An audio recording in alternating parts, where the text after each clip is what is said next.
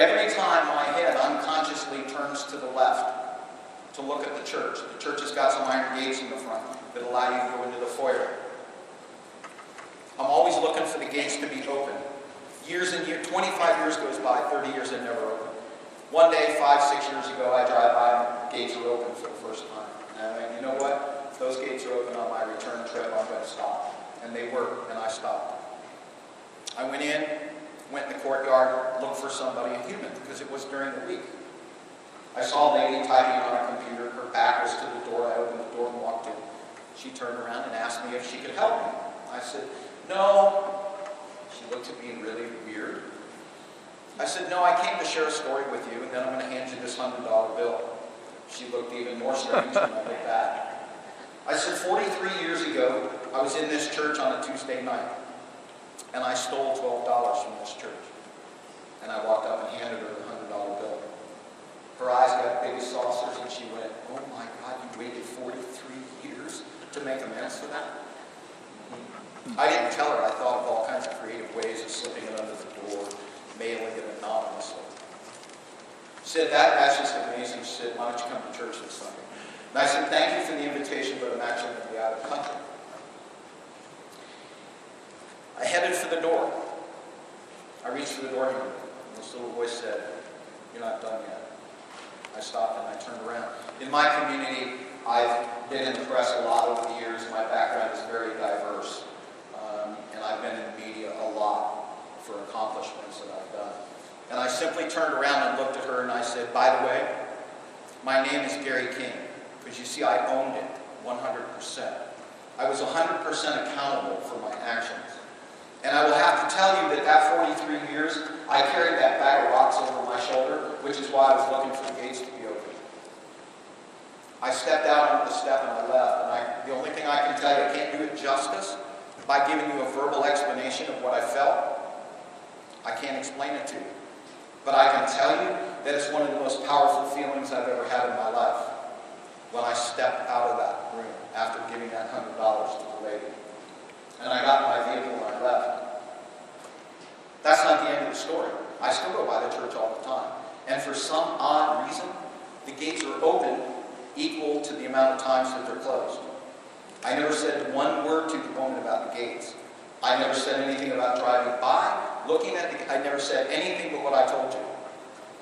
But for some strange reason, the gates are open as many times as they're closed. And that's interesting.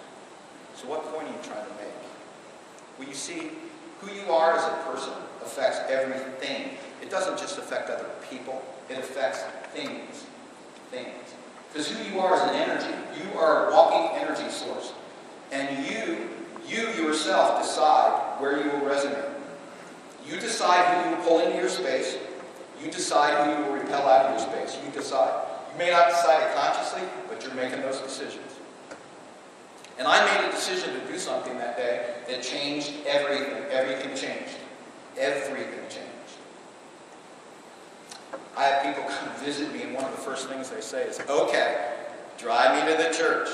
Okay. Every time I've done that so far, the gates were open. If you go on my Facebook page, you'll see a picture of the church. So many people ask me, I had to put it on there. I'm not sure if they thought I was making it up. Why not? So, it is 12:23 on the podium, 12:24 on the podium clock. The syntax said I was supposed to end at 12:25. So I'm going to give you a challenge. I'm going to challenge everybody in this room to raise their standards really high. And I'm going to give you a challenge for the next 24 hours. First time I ever spoke. Audience was about the same size 8 years ago. And I went, wow, this was great. This happened in a way that I never imagined it would happen. But I went, I have to make it a personal experience. It can't be me and my stories and my experience. It has to be personal with everybody in the room. So I challenge you for the next 24 hours straight to be authentic, completely authentic. What does that mean? No inconsequential lies, no white lies, just be you. Because once upon a time you were. When you were teeny tiny, you didn't learn about lying. You had to learn how to do it. You told the truth. You couldn't make up stuff. You couldn't tell people you felt some other way than how you really felt. You could just be you. And let me tell you something. If you want to build a ShopBest organization, Jessica told me, and I have no reason to doubt this, she told me last night, in 1 year, I will build an organization with 100,000 people in it. Is that correct? That is correct. If you want to build an amazing organization, have an amazing family, an amazing relationship, just be you. Just be you. Don't pretend to be somebody else, be you. Because you know what? The most important thing right now to bring forth, and this company will bring it forth, and I will help them do it, is trust. Trust. So I thank you for your time. It's been an honor and a pleasure.